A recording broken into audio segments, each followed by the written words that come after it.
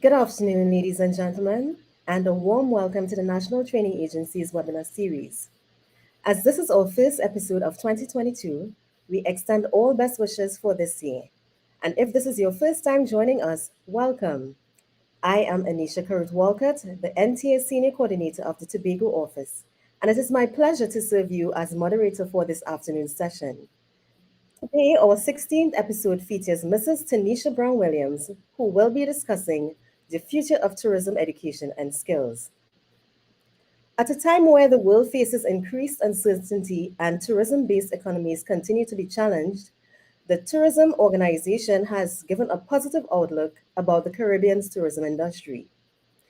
During the third quarter of 2021, it cites 5.4 million tourist arrivals to the region, almost three times the arrival for the same period in 2020. As you may be aware, Virgin Atlantic and British Airways recently resumed flights to Tobago. It has also been projected that Trinidadian market is on a steady trajectory towards a full recovery. Based on the foregoing, Trinidad and Tobago must be poised to capitalize on these opportunities, not only within the regional space, but within a more globally competitive environment. As the organization responsible for technical and vocational education and training in Trinidad and Tobago, the NTA has a number of occupational standards for persons seeking qualifications within the tourism and hospitality sector.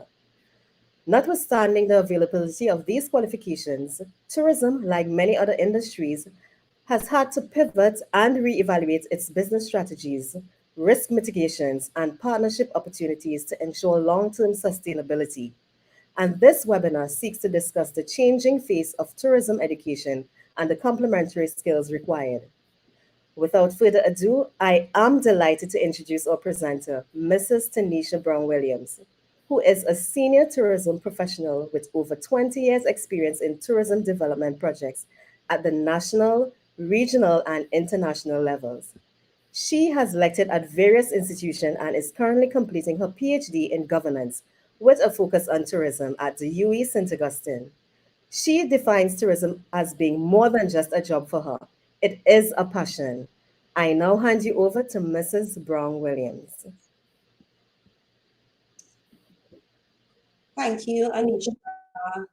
Good afternoon to the viewing audience. It is my pleasure to be here today to present to you on the future of tourism education and skills. First, I wish to say thank you to Dr. Patrice Paris-Sills for the invitation to participate in the 16th edition of the NTA's webinar series. At the end of this presentation, you should have gained two things: an appreciation for current and future trends in the tourism education and skills development, and two, understand the applicability of these trends to skills-based training for the hospitality and tourism sector in Trinidad and Tobago. We will achieve these learning objectives by firstly reviewing the impact of COVID-19, which I believe we're all familiar with, but we'll briefly review. And then we will review emerging trends that have arisen due to COVID-19. We will then review emerging trends in tourism education. I will also share with you some recent research taking the tourism education trends from a learning or learner's perspective, and then I will attempt to briefly demonstrate the applicability of these trends to curriculum development. And lastly, we will discuss the way forward for 5 specific groups, which I believe are part of the viewing audience today. So let's get into it. We have all felt the devastating effects of COVID-19. And for tourism, this has been the greatest challenge the modern tourism travel industry has ever faced. The UNWTO, the World Tourism Organization, identified 2020 as the worst year in the history of tourism, with a recorded loss of US 1.3 trillion in export revenues. However, as we moved into 2021, the overall prospects of rebounding seems to worsen given the emergence of variants and the further enforcement of travel restrictions. In particular, Tourist arrivals to the Caribbean fell by about 65% in 2020, accounting to a loss of approximately 58% in GDP contributions, and approximately 25% of travel and tourism jobs were negatively impacted. Trinidad and Tobago, like all Caribbean destinations, also experienced a decline in arrivals as demonstrated on the graph before you. What we've seen in those two slides represent unprecedented shock on both the supply and the demand sides of the tourism sector, which exaggerated pre-COVID forecasted changes and have provoked new changes. In order for us to understand the future of tourism, education, and skills, we need to understand how the industry has and will continue to change in the future. So for the tourism demand side, a recent survey of 1,200 plus American travelers on their thoughts, feelings, perceptions, and behaviors surrounding travel indicate that enjoying the outdoors will again be a very high priority for American travelers, with more than half stating that being outside and reconnecting to nature or with nature is motivating them to travel. And I think we ourselves can identify with those sentiments. There has also been an increase in what is known as digital nomads, and those are those who combine, travelers who combine working remotely with traveling to foreign lands or different countries. And this is somewhat associated with a new terminology or a new type of travel called slow tourism, which involves traveling for a prolonged period of time, allowing for a more deep, authentic, and cultural exchange and experience. Researchers also pointed to the post-COVID traveler, whenever we reach that post-COVID phase, being very comfortable with, of course, virtual and live streaming experiences, and will expect to be able to engage in such as part of their holiday planning and choice-making process. So it's not, the expectation is that the standard and what we have been familiar to during the COVID period will not go away. As we know, hygiene will be perceived as non-negotiable, but it will be set within a larger quality context. Visitors are assessing hospitality facilities, experiences through the lens of cleanliness, and the overall demand for high quality experiences and value for money has increased. A growing expectation is that service providers will continue to express that care and empathy that we've seen during this troubling time to customers. Travelers will continue to look forward to the unprecedented levels of social care, empathy introduced by the pandemic, and as such, hospitality businesses would need to continue acting as good citizens. So based on these demand elements, these are just a few trends for 2022 and beyond that I have identified as critical. So firstly, health and wellness travel, green travel, regenerative tourism, as it's now being referred to. There's undeniably a demand for more sustainable travel options. And of course, COVID has created a desire for more wellness trips. Last year, Booking.com in their sustainability report indicated that 61% of travelers want to travel more sustainably in the future due to the pandemic, with 69% wanting to reduce their carbon footprint. And that, of course, points towards that desire to engage in more restorative or regenerative travel. 72% thought travel companies or operators should offer more sustainable choices. However, 41% of those travelers alarmingly indicated that they don't know how to find sustainable travel options. Touching on the point of experiential tourism or the provision of local authentic experiences, let me explain by way of an example. Lara's backyard is a culinary hosting experience on Airbnb experiences. We may be familiar with Airbnb as a listing platform for accommodation providers, but they also do provide experiences. So Lara is a professional restaurant chef, and she will host at least 1 to 2 couples at a time in her home kitchen. She owns a restaurant, but she has chosen to host in her private residence. She will coach her guests to make their own romantic dinner using as many local ingredients as possible. Now, Lara's backyard isn't cheaper. The couples have to work, and yet people are booking more with Lara for her home experience rather than going to the restaurant. Now, that's because travelers today want experiences rather than services. And I want us just to hold on to that point because we will see that those terminologies coming up later in the presentation. Customer focus, which deals with partnership, co-creation, co-design, personalization, some of the keywords that are being seen now in the world of hospitality and tourism. Let me share that McKinsey & Company, which is a leading international management consulting firm, says it very well. Traveler loyalty is up for grabs. And this is because of the pandemic, of course. As such, travel companies must have a greater customer focus and build an emotional connection that exceeds customers' expectations. So essentially, travel brands must relate in a way that make their guests feel rejuvenated, feel awestruck, feel well rested, feel recharged. And these emotional connections can be created by understanding the science behind delighting the customer. So there is definitely a science behind that. Lastly, COVID-19 has exaggerated the need for digital transitions at all levels, both the macro and the micro. I believe that we would all agree to that.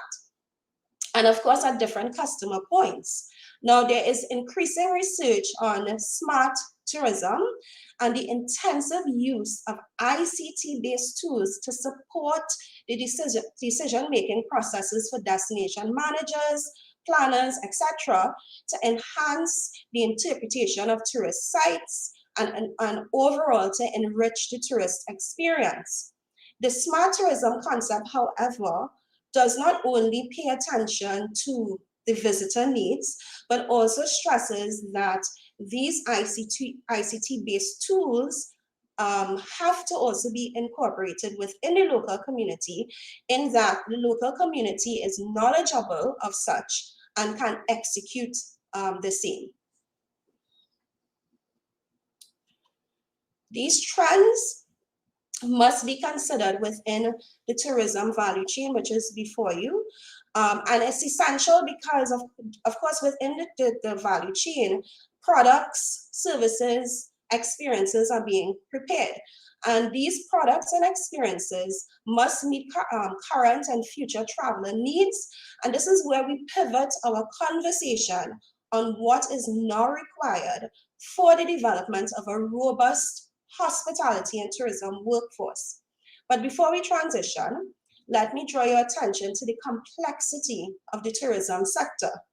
And not just its complexity, but its dependency on other sectors. And to the bottom of your screen, you see education, communication, public sector. To the right, we have financial services, security. So it's a highly dependent industry.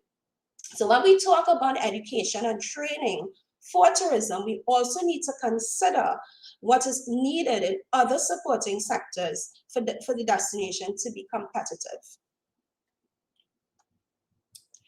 So I want to echo the sentiments of a popular researcher in tourism who says that tourism, the future of tourism is education, but not as you and I know it.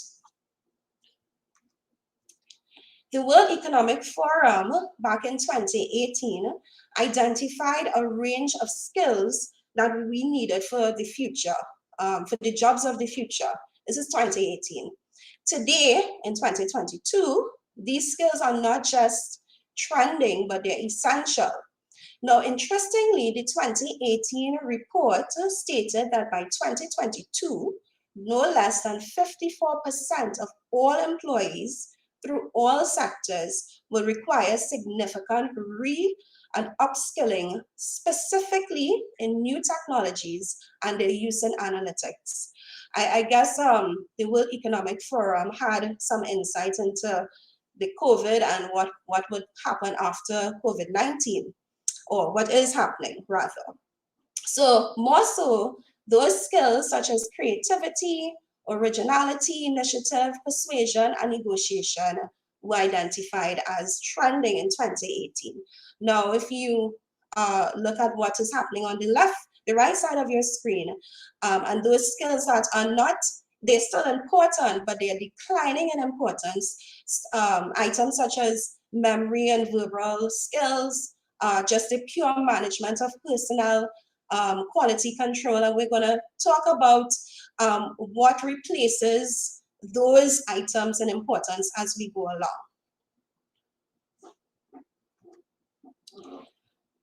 Now, in 2025, or the forecast for 2025 by the World Economic Forum, there's just a slight adjustment, with many of those skills identified in 2018 still being identified as crucial. And this research would have been conducted in 2020 with their forecast to 2025.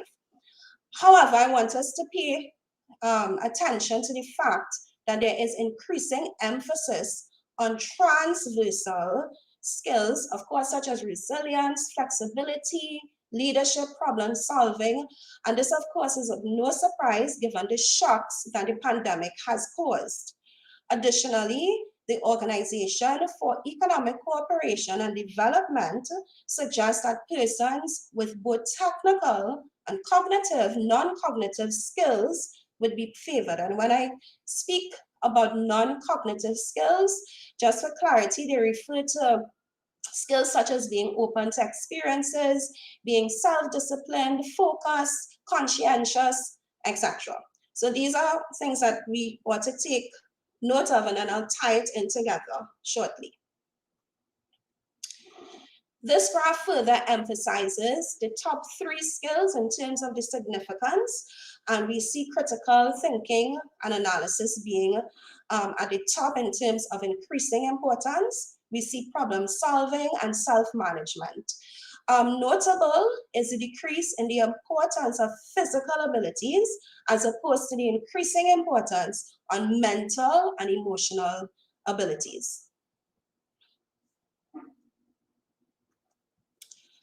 Okay, so at this point, let's reconcile, or let me draw on your recollection of my discussion on the future trends for the tourism sector, and then combine it with this information that I just shared from the World Economic Forum, and share with you key skills that are needed by the tourism sector now and beyond.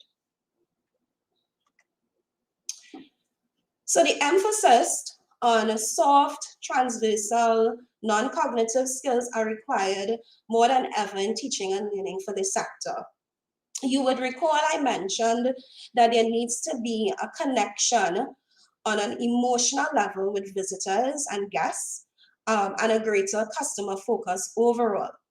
Now, this customer service focus goes beyond the usual run-of-the-mill customer service training as we know it, and requires potential and existing hospitality and tourism workers to understand how to create customer experiences on that emotional level. In part, this would be accomplished when there is an understanding, for example, of emotional intelligence. And let me reinforce at this point that emotional intelligence is not about managing one's emotions only, but it is also about being able to recognize, understand, and influence the emotions of others. Secondly, and this is in no order of importance, these are just key skills that I am identifying. Now, the next point is on ecological literacy, and this is critical for the Caribbean as we seek to be more competitive in our tourism offerings. I like to say that the pandemic has reawakened the sleeping giant of sustainability in the region. In Trinidad and Tobago, we are hearing increased discussions on the urgency of protecting our environment, the impacts of climate change, and there is a more intense focus on national policy development for this. However, we have some catching up to do, and frankly speaking, there needs to be a change in mindsets regarding how we focus on ecological literacy in our tourism education programs and training agendas. Green skills, as it's referred to, and knowledge will be even more crucial in the future as consumers are more aware, and I just want us to go back to the trends that I shared. So they're more aware and they're more interested about where and why they choose to spend their time and money. With new business practice regarding disposable non-consumables, educators and trainers need to communicate these changes and why it is important for staff, for customers, and for the environment. Now, I am part of an organization which advocates for the sustainable tourism development of tourism in Trinidad and Tobago. It's an organization and blue flag. Now, Green Key in particular applies to tourist accommodation, conference centers, attractions, restaurants, and it seeks to ensure through the certification that these subsectors of tourism are working sustainably in their operations. Green Key, if you're not aware, is highly recognized in our travel source markets, namely in the UK, in Europe, and there is growing recognition in the US market. Now, I can share with you that yesterday we received some wonderful news from one of our Green Key sites. We refer to them as sites, informing us that since the certification or since being awarded the Green Key, they have seen an increase in business, particularly since international flights have returned to Tobago. Now, the certification is attracting business from international tour operators who were absolutely delighted that they had achieved the Green Key Award. Why am I sharing this? Well, part of the process of being certified is the training of staff on environmental and social sustainability requirements. So because staff are expected to talk with guests about Green Key, share what the property is doing, for example, to conserve water, reduce waste, include the community, they have to be familiar with these technical environmental terms, sustainability jargon, etc.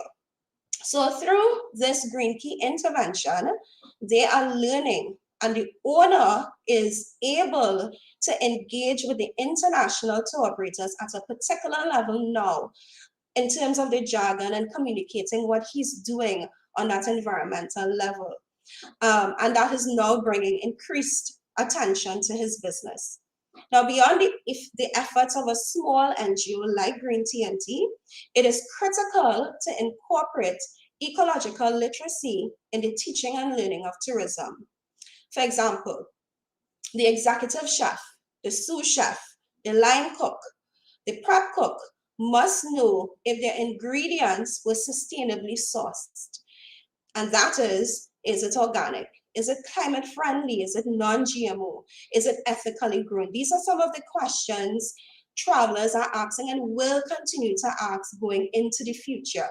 And for those that are entering the industry, it should not be an alien concept that they only learn about when they begin to practice their trade.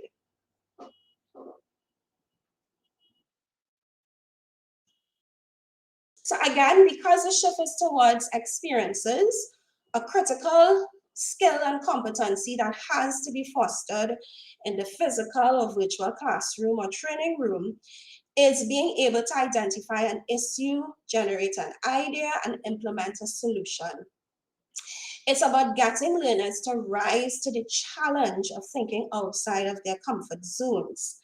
It's not only about emphasizing manual skills or the basics of managing materials, which we see as skills that are less important today. Not that they are not important, but they're decreasing in their importance. Right, so we have to engage rather in teaching and learning strategies that more than ever motivate our learners in this sector to think critically and analytically. Let me share an example with you. In 2009, the Tourism Development Company and the UE launched a program called TIP, that is Tourism Industry Partnership Program, which brought the hospitality and tourism students. And at that time, we had a hospitality and tourism program. Now it's renamed and sort of positioned as international tourism. But during that time, it was both hospitality and tourism. And these students were paired with bed and breakfast owners in both Trinidad and Tobago, with the aim of there being an exchange of knowledge, of learnings for the benefit of both parties. So for the students, they were asked to evaluate the assigned property, identify issues, generate ideas and solutions in consultation with the owner or the manager. Now, this proved to be a very enriching interaction for both sets of individuals, and specifically, it allowed the students to apply their theoretical knowledge in a practical manner. And I remember the excitement that we saw in those students as they engaged in what they termed as real-life issues in this sector in Trinidad and Tobago. Trending as well as the emphasis on entrepreneurial and entrepreneurial skills in the hospitality sector, and honestly, it's ripe for both, right? The sector is ripe for both. We are perhaps more familiar with the need to develop entrepreneurial skills, but also developing a new breed of employee who serves as a change maker inside of an organization is referred to as entrepreneurship, and this is also equally important. Important to this conversation is teaching supervisors and managers how to identify and develop entrepreneurial skills. There are many employees sitting in organizations with very profitable ideas, but those that perhaps are over them are not always able to identify those talents or to identify those profitable ideas and work with those employees to develop those ideas. I have an example of the Hilton Hotel and Resorts International to share with you. So Hilton Hotel and Resorts unveiled a concept called Light Stay, and you can Google it for further information, but I'll just share briefly with you.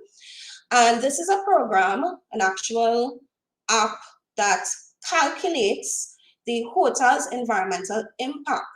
And this was developed by an employee who just wanted to reduce the brand's sustainability impact. So of course they wanted to improve or increase the sustainability footprint in a very positive way. So in its first year, the company was able to conserve energy and reduce its carbon footprint while providing a substantial cost savings in utility usage. It has also spawned into the introduction of a waste decomposition program, as well as a food outreach donation effort. So their work made them the first hospitality organization to receive the US Department of Energy's Superior Energy Performance Certification. So the success of this program was not an accident. It was it was as a result of subsequent efforts and embracing the culture of entrepreneurship, which they also did in terms of setting up a council to hear employees' ideas and whatnot. And so this contributed to that particular success. Technology, as we know it, will continue to be the key agent of change in hospitality and tourism education and training. It will continue to shape the way that we learn, interact, and work. The learning content, however, has to mirror this continuous change. Internationally, learning and training content, for example, for front office and housekeeping has evolved. And so you're seeing courses such as the role of AI in front office or the role of AI in housekeeping, or data science or data analytics for food industry professionals. The reality is the need is to allow for content that emphasizes the human-digital relationships at all levels of employment, because this relationship will be the cornerstone of any competitive tourism destination.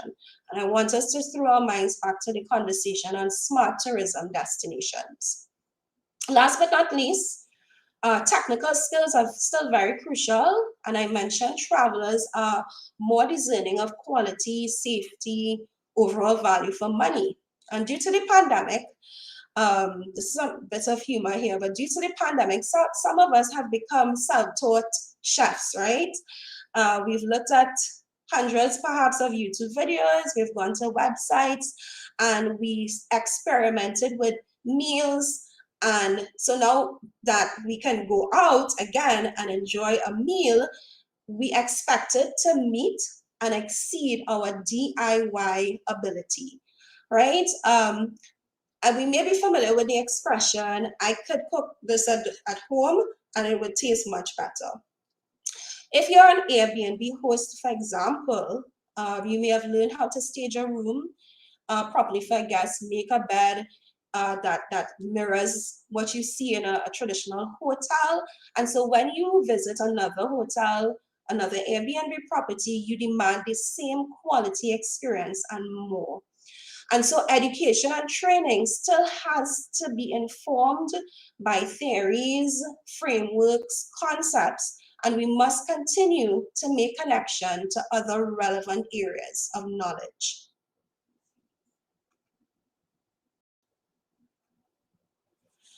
So far, I've shared with you trends that are largely based on the perspective of employers, researchers, and some academics. I want to turn your attention to another group of individuals that are important in this discussion and share with you the future of tourism, education, and skills, but from the perspective of potential and existing learners. To do this, I'm delighted to share recent research conducted by Dr. Cameron. She is the Dean of the Faculty of Social Sciences at UWI, St. Augustine, Dr. Jordan Miller, and myself, and we all lecture in the tourism program at UWI. And this paper focused on how millennials view existing tourism curriculum and what they see as necessary in the future. Now, the research sought to understand the role of tourism education in a transformative approach to Caribbean tourism development by seeking the views from these Caribbean millennials. We surveyed 125 students, current and immediate, across all 3 campuses. So surprisingly, only 7% of the respondents believed that they would earn lots of money from working in the hospitality and tourism field. So that's a little startling, because a lot of times we think that people get into professions for the monetary gain, but our research indicated differently. In fact, the motivation for pursuing studies in tourism was more towards contributing to destination development. It appears that this underlying motive or motivation is linked to this desire to self-actualize at a very early stage in life, and to encounter meaningful experiences that enhance their self-worth, confidence, and individuality. Students are also given an opportunity to share their views on the aims and goals of a tourism degree in a Caribbean context. 35% of the students stated that they want to contribute, so the aims of the tourism degree should be to contribute positively to the overall growth of tourism in their respective countries. And then 34% stated that the aim of the degree should be to prepare future principled and ethical leaders whose interest is in creating an improved tourism society regionally and globally. When combined, the majority of the responses were skewed towards the importance of what is referred to as liberal aims, as opposed to focusing on vocational aims. And liberal aims in the education sphere speaks to the wider society embracing a conceptual understanding of tourism and the human consequences of tourism. So that has a sustainability ring to it, that has a regenerative ring to it. And as such, there is now a keen interest among millennials to contribute to nation building, community development. These are things that are along more social issues, social justice. These are all aspects of regenerative tourism. Respondents were also asked to what extent is your current degree program helping you to develop the following competencies. Overall, the findings reveal that the programs are covering to a moderate extent the core skills and competencies required, with a mean average of 3.3 to 4.05 among the 14 of the 17 variables that were measured. It was noted, however, that the variable with the lowest mean of 3.08 was the adaptability to changing technology. This finding essentially signals that the tourism curriculum, by and large, has not been keeping pace with the changing technology, which is now considered critical for millennials and for the development of smart destinations. Findings also indicates a low mean of 3.3 for management of emotions or emotional intelligence, which is also considered important. So the findings essentially support existing research and urgently points to the need for tourism educators to determine how this skill in particular can be developed. So the study as a whole essentially reflects the same sentiments that I shared with you from the perspective of the employer. The World Economic Forum trickled down into what are these the trends or the education trends and the focus on various skills. So two main conclusions from the research is one, Caribbean millennials have supported the shift in tourism away from the dominant vocational emphasis to a greater learning on the side of a more liberal agenda. And secondly, they want to engage in education by doing. And this requires learning communities similar to the example that I shared with you concerning the creation of the TIP program by UE and TDC in 2009.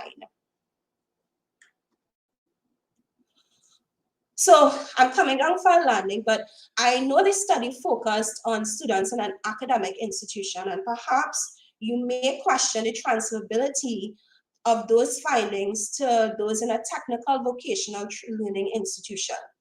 I actually believe when we speak about academia and technical vocational training skills, etc., they are quite interrelated or they complement one another. And I recently heard Dr. Paris say that on social media, the NTA's site, and it was quite pleasing to hear those sentiments being shared.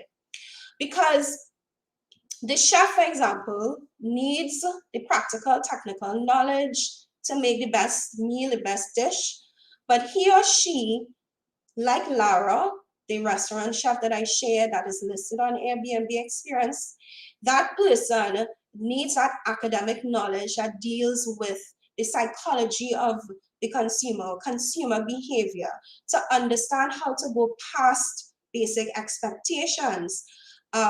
Because the basic expectations, if I purchase a meal from a trained chef, is that the meal will taste great.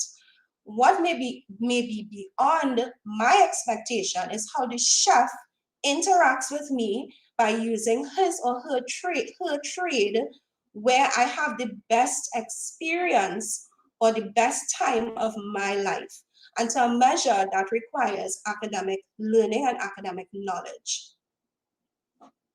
So to demonstrate what I have shared regarding the future of tourism, education, and skills in both spheres, and to apply all that I have spoken of so that you can have a more meaningful understanding of the topic, I wish to share with you 3 practical examples of shifts that have been made globally and will continue in the future.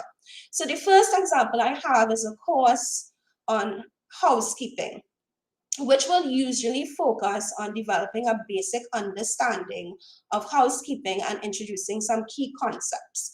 So even for the entry level, what you are now observing is learning objectives which focus on environmental knowledge, which focus on the practical environmental skills that speak to, for example, allowing the housekeeper to measure the water flow in the guest room so that they can be observant in terms of whether the resort or the hotel is losing water, wasting water, which then of course impacts profitability.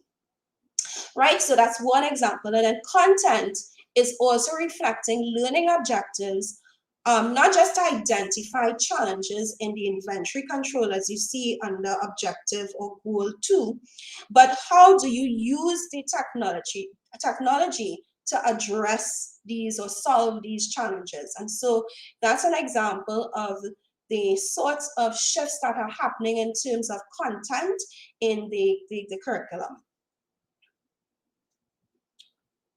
The second example I have for you is Introduction to Tour Guiding. And it is a training program. It is a training program which usually focuses on those items listed to the left of the screen, actually to the right of the screen.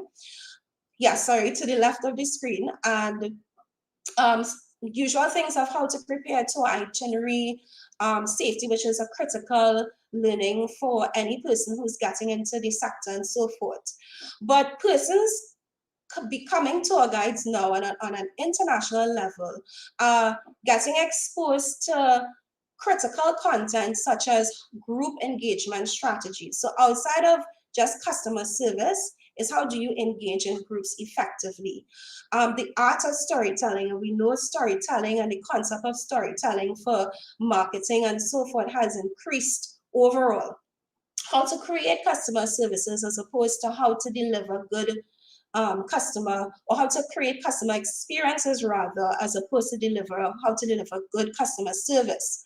And then of course, how technology is used for pre-travel experience and how it enhances the actual delivery of the tour. And as I mentioned, ecological literacy content is quite present at many training institutions for tour guides today. And lastly, this is an example of a relatively new program from Johnson and Wales University, one of the leaders in culinary training globally. This grabbed my attention because the program is not only about the science of culinary, but how to create products with the technical knowledge. One of the main objectives is to create food products that meet the needs of the consumer and take that from ideation to commercialization. And of course, they have the usual technical courses to the left of your screen, but these are the courses that they have integrated into this new program on culinary science and product development. And you can see the technology is there. The concept of food product development and designing the product, and I'm sure part and parcel of that is delivering the product as well. So, as I conclude, what is the way forward? Maybe one of your questions. And then your second question perhaps maybe, can the current tourism education and skills training in Trinidad and Tobago align to the future needs of the sector, current and future? My answer is yes, but it is conditional on many things. And we've seen the complexity and dependency of the tourism sector through the value chain. And I can add more to that, but we will focus on what is required in the way forward for tourism education and skills specifically. So one of the key factors to achieve this moving forward in a very meaningful and substantial way is each stakeholder on this diagram that is before you understanding their part and being willing to do their part. And just very briefly, I'm going to go through, touch on each, what I think is it's part of the role and function of each of these players. So for hospitality and tourism educators or institutions, you must be cognizant of redesigning teaching methods to reach specific target groups that is before you.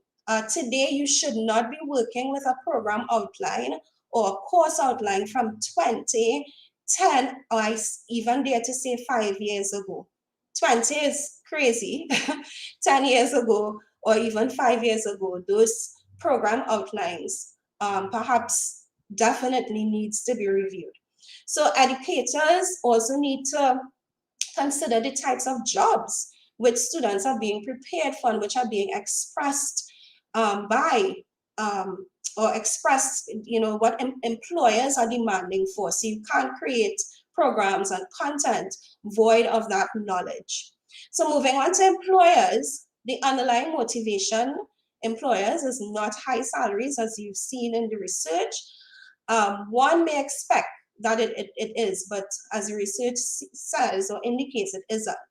But what is desiring, or what these millennials are desiring, is the opportunity to put into practice the knowledge gained from the educational experience. So it's necessary for us to sustain learning communities where students are injected into those learning communities, whether it's the business community, the actual physical living communities, villages, community-based organizations, NGOs, where they can reconcile theories with reality. For the policymakers, of course, relevant policies must, spotlight key issues for development and growth, which should then filter down into plans, yes, but also into education and training programs. So for example, what is the policy guidelines for the development of smart tourism, or what's the policy position on the tourism sharing economy and companies like Airbnb, and then how do we prepare our learners, whether existing or potential, to treat with those various elements. Destination managers, you play a key role, just one key role I want to highlight, in providing or sharing research, data, insights into destination planning so that learners can be adequately trained to support those destination plans, strategies, and so forth. And lastly, learners and current employees of the hospitality and tourism sector continue to generate ideas, continue to give feedback, continue to create businesses. We have many, I know of many students that I have taught, they've come to me and said, things were said in a classroom.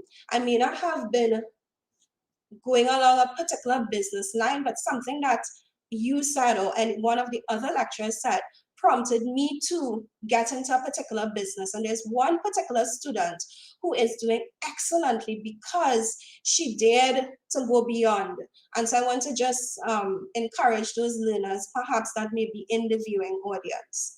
So ladies and gentlemen, I trust that the information that I've shared regarding the future of tourism, education, and skills helps or adds to your understanding, and that we can forge ahead as a country to do what is needful. Thank you very much for your attention.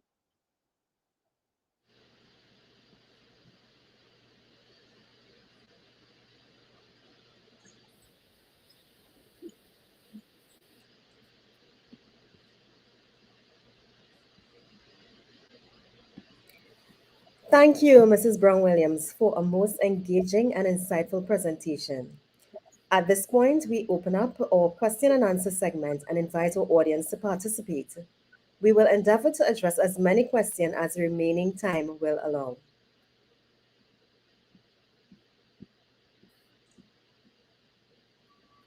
On that note, Tanisha, I actually have a couple questions for you. The first one being from Dr. Subran.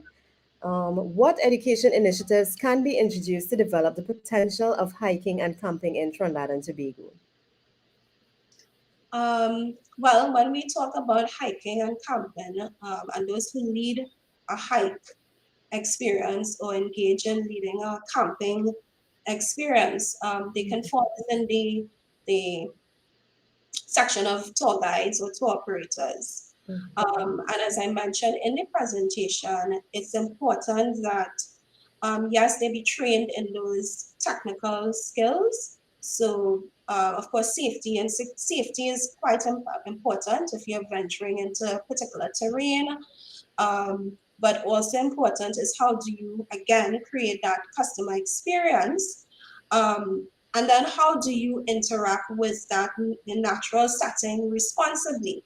And as I showed you as I shared with the audience, where the shift from just talking about the traditional tour itinerary planning and so forth, and is looking at how can I engage in sustainability as a tour guide. So how do I leave no trace, or as we know, leave take nothing and leave footprints.